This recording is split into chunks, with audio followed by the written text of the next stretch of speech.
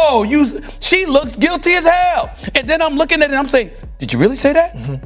Did you really say that Caitlin Clark should think of Heavenly Stars, that she wouldn't be worth anything if she wasn't playing in the WNBA? Did you really say? See, all of these things that... For nearly 27 years, the WNBA struggled to capture widespread attention. Now, the league finally has a breakout star who is drawing millions of viewers and generating significant revenue. However, according to Stephen A. Smith, the league office may be mishandling the moment. There are concerns that the commissioner could be unintentionally working against the league's own success. At this point, the situation seems to go beyond basketball and may involve issues of corporate jealousy and control. Because it's proxy season, right? No CEO do you just put the base pay in there. You put their bonus, you put their stock options, you put everything. Caitlin has the ability to make up to $500,000 just in WNBA wages this year. So of course they're just looking at a base which is collectively bargained, and actually it's low. Because she's the number one pick, she'll make a little more than that. But she also has millions and millions of dollars of endorsements. She's actually, because she declared to become pro, her endorsements are higher in dollar value. She has a global platform now, not just a U.S. platform. So she's going to do just fine, as will the top players in the league, as every league does. Also, there's comparisons to the men. Those men's leagues are 75 to 120 years old. We're tipping off our 28th season. I would say if you looked at them 28 seasons in, we're further ahead. But I realize we still have a lot of work to do, and it's all... Some are asking whether this is one of the most obvious cases of self-sabotage in sports history, or if WNBA leadership has simply lost perspective. What do you think? Share your thoughts. Given how unusual this situation appears, here's what reportedly happened. There were rumors about a new advertisement featuring the Indiana Fever star Caitlin Clark, which normally wouldn't raise eyebrows. However, reports suggest otherwise. According to Stephen A. Smith, WNBA Commissioner Cathy Engelbert and league leadership reacted strongly to the promotion.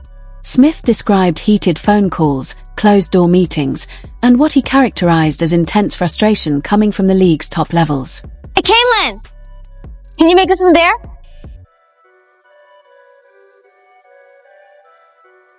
Hey, Caitlin, how about from here?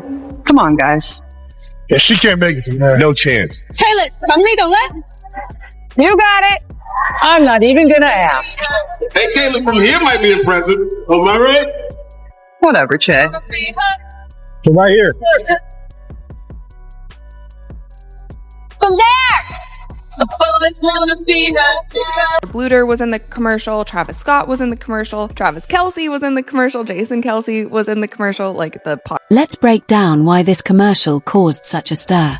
In these high-profile ads, whether for Wilson, Gatorade, or State Farm, Caitlin Clark isn't just shown as another WNBA player. She's presented as a singular talent and a cultural icon. The league administration is reportedly very aware of the commercial's high production value.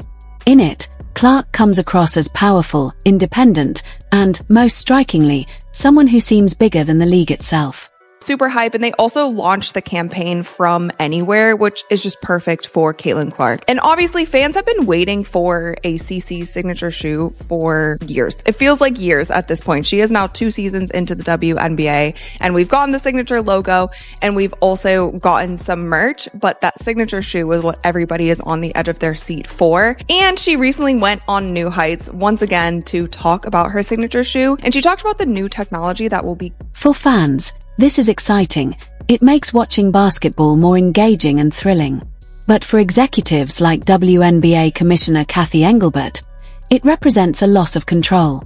The key issue is that the league didn't create this image and had no say in the creative direction of the commercial. When Engelbert sees Caitlin Clark in such polished, high-profile ads, it's clear that Clark can succeed independently of the WNBA.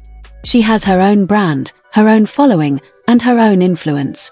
This lack of leverage appears to be the root of the frustration that Stephen A. Smith has repeatedly highlighted.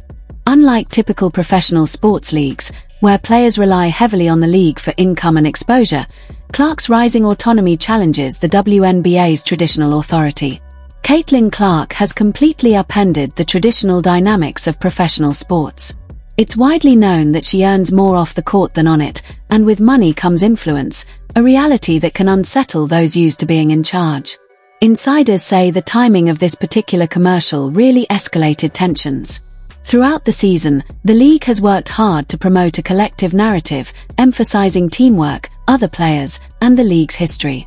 The goal is to keep the focus on the system rather than one individual. Then, in just 30 seconds, this commercial drops and completely undermines that effort. It's a stark reminder that the commissioner isn't the only one driving excitement and attention for the league. Clark, the Iowa star who can hit shots from virtually anywhere on the court, is the one capturing the spotlight. WNBA leadership reportedly feels humiliated by the gap between Caitlin Clark's high-profile brand deals and the league's comparatively modest marketing efforts, as it highlights their shortcomings. That embarrassment seems to have turned into frustration or even anger. After 27 years of struggling for recognition, the league now sees one player achieve in a single season what it hasn't accomplished in nearly 3 decades. A situation that is understandably difficult for leadership to process.